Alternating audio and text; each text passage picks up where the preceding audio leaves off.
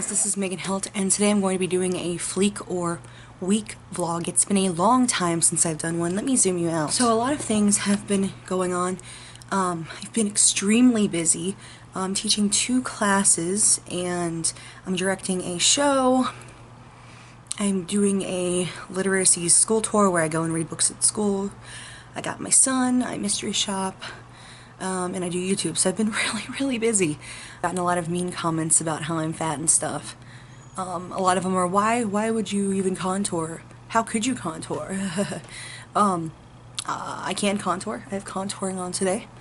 And I'm not actually fat. I'm not fat, everyone. I know that I look fat. I know it probably blows your mind, but I'm not fat. I have a medical condition called lymphedema. I have primary and secondary lymphedema. That's a long story. I'm going to be making a video soon about that, my entire lymphedema story, because I'm going to use any proceeds from that video. I don't think it's going to be a lot, but you know, if that video gets makes eventually $60, all of that $60 is going towards my treatments,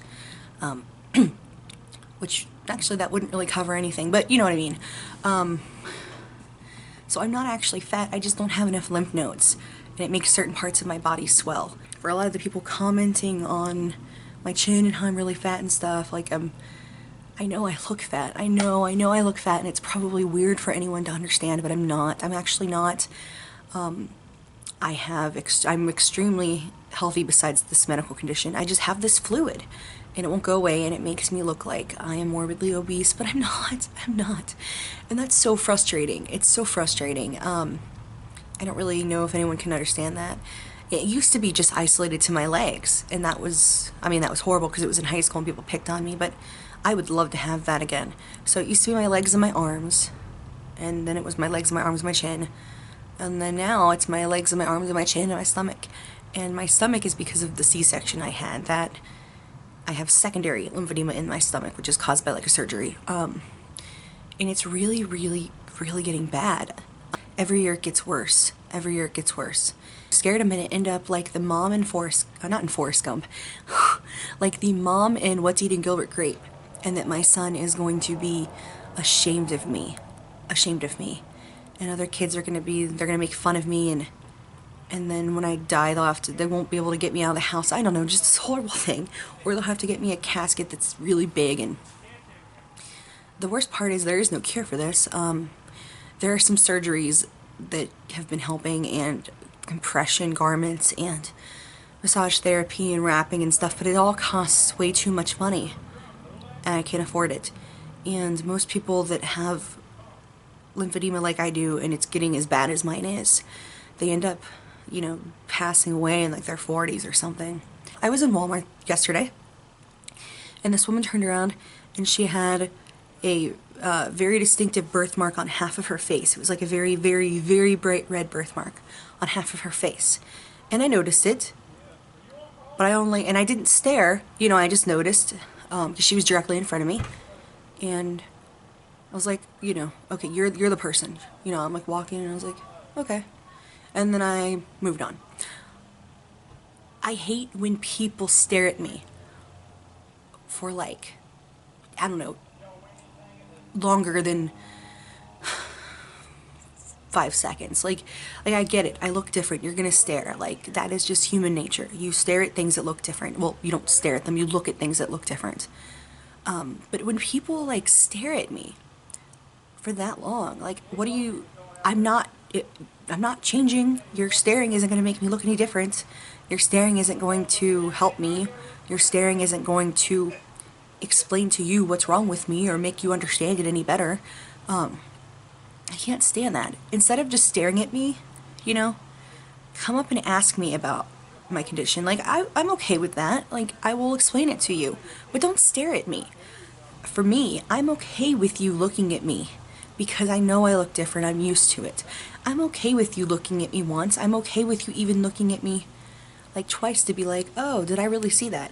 Sometimes I'm usually even okay with you looking a 3rd time. So I'm very generous, but it's when you look at me 4 and 5 times, and you take pictures of me, and you laugh at me, and you point, and blah blah blah. you know, that's when you cross the line, and I don't know. And it's getting worse and worse with the more swollen I am. You guys are only seeing from here up and you're like, oh, you look fine. What are you talking about? You guys don't even know. You just don't. What I'm gonna do, it's really the last thing I can think of, is I'm going to film a video about my struggles with lymphedema. I'm going to wear a bathing suit in that video, and I'm going to show everyone just what somebody's body looks like that has lymphedema. So the next time you see someone in a bathing suit on the beach or something, and you're thinking about laughing at them or taking a picture, you can remember about the weird woman on YouTube that had a condition that you didn't understand, and maybe you won't make fun of that person. You know, I'm okay with doing that. I'm okay with doing that, with putting myself out there to help other people. So that's what I'm gonna do, and I'm just gonna hope people share that video. I don't even care if people share the video to laugh at me.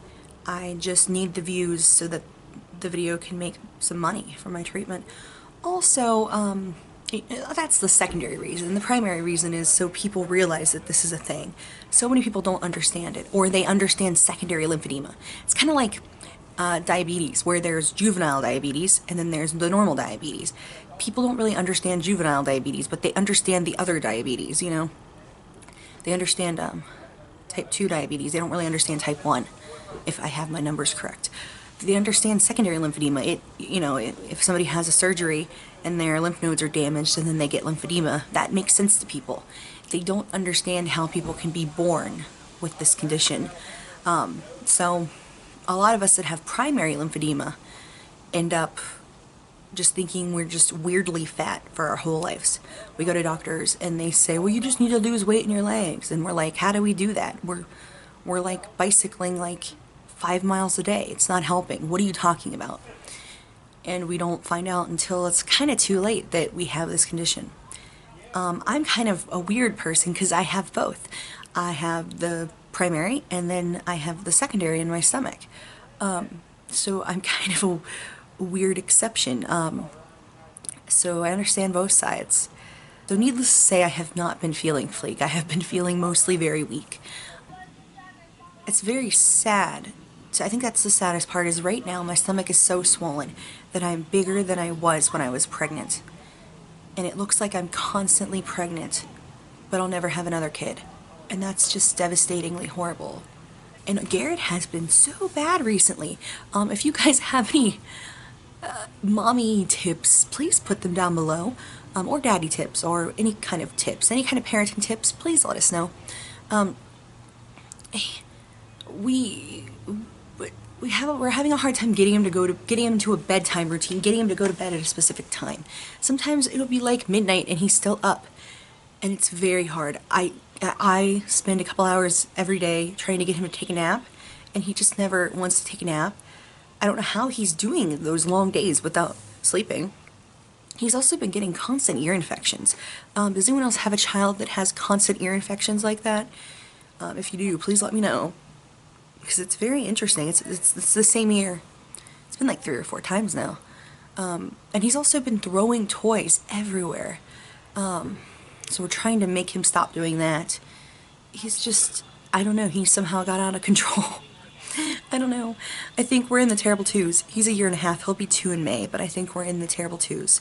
So if you have any suggestions or tips or tricks or anything, please leave them down below, because we're trying to do a parenting overhaul and try to fix everything. Not that there's anything wrong with him, but just he needs to respond better to the word no, and go to sleep at a normal time.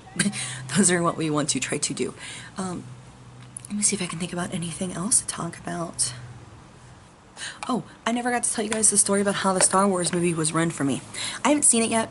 We haven't seen it yet. I know we're running out of time, but so this was a while ago. I mean, the Star Wars movie had only been out in theaters. This was decently before Christmas, so it had only been out in theaters for a couple days, which is still too early to ruin the movie for people. But I'm walking through Walmart. It's like 2 a.m. or something, which, you know, somebody told me I deserved that if I was at Walmart at 2 a.m., but I just figured people would be nice. So I'm walking through Walmart and I hear this guy like screaming. And I'm like, what's going on? So I peek out from my aisle, and he's screaming still, and he like runs past my aisle, and he stops, and he screams it again. And this woman that's real close to me says to him, "Are you kidding me?" And he's like, "No," and he like laughs maniacally, and says it again. He basically like told me not told me, but told the entire store the entire plot of what happens in Star Wars. And yeah, he ruined it for me. And I was so mad, because that's not cool. That's not cool, man. And then it kind of reminded me of how Harry Potter got ruined for me. So when I was in high school, I was in line at Myers in Ohio, and the line was like wrapped around the store, and we were all in line for the midnight release of the books. You know, we were all in line to get the books, to get that book. And the very first person in the very front of the line, I was about halfway back. Not halfway back, but halfway. So let's pretend this is like the front where the books are. This is the first person in line. And then back here is the first bend around the store, okay? I was like here. So I don't know, 50, 60 people back. And the kid gets the book, and he opens it up. He kind of like walks to the side. He opens it up, he flips to the end, and he screams at the top of his lungs that Dumbledore dies. And we were so very, very mad. And all of these like Harry Potter people were like we wanted to beat that person up. I mean, not me, I was really mad though. But it's like everything gets ruined for me. Breaking Bad got ruined for me. I mean, sometimes it's my own fault. Like, I didn't watch Lost until a couple years ago, and obviously I knew what happened because I live in, you know, in the real world and not like under a rock, and you hear things. So that's okay. But I feel like when something's just been released or it's only been out for a couple days, you shouldn't run it for someone. But I don't know, that's just me. Maybe no one else agrees with me. So I guess I'll tell you about my show I'm doing. I'm directing a cabaret, and my theme for the cabaret is called Love from Afar. And it's going to be the 7th, February 7th is when we're doing it.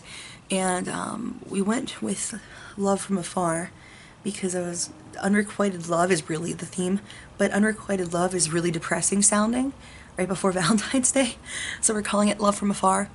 And I have a cast of 6 people, and there's only one guy. And basically they all have songs having to do with the theme of unrequited love, and I had to weave them together to make kind of a plot for it. But I think it's going to turn out really well. I'm really proud of everyone. It's really coming along, and I can't record any of it or anything, but I really wish I could so that I could show you guys, but I can't. But another cool thing that happened is my husband got cast.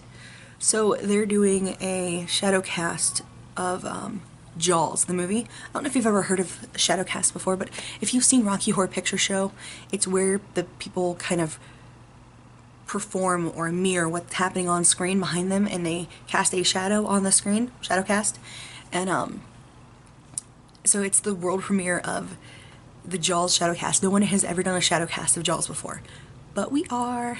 I'm not in it, but you know, the place where I do stuff at is one of the places, and my husband got cast as Sheriff Brody, so like the main dude. I'm so proud of him, and I'm so excited to see it. He really, really deserves it. He deserves for other people to see how talented he is, and so I'm just incredibly proud that he's in this show. I cannot wait to see it. It's gonna be really, really freaking cool. I don't think I can tape that either. I wish I could. Oh, it's gonna be so cool. But yeah, that's everything that I've rambled about. I see that my battery is now getting down to about 1 bar. Thank you for talking with me today. This was nice. I randomly talked about a bunch of things. But yes, in conclusion, I have been feeling pretty weak lately. So thank you so much for watching, and this is Megan Hiltz out.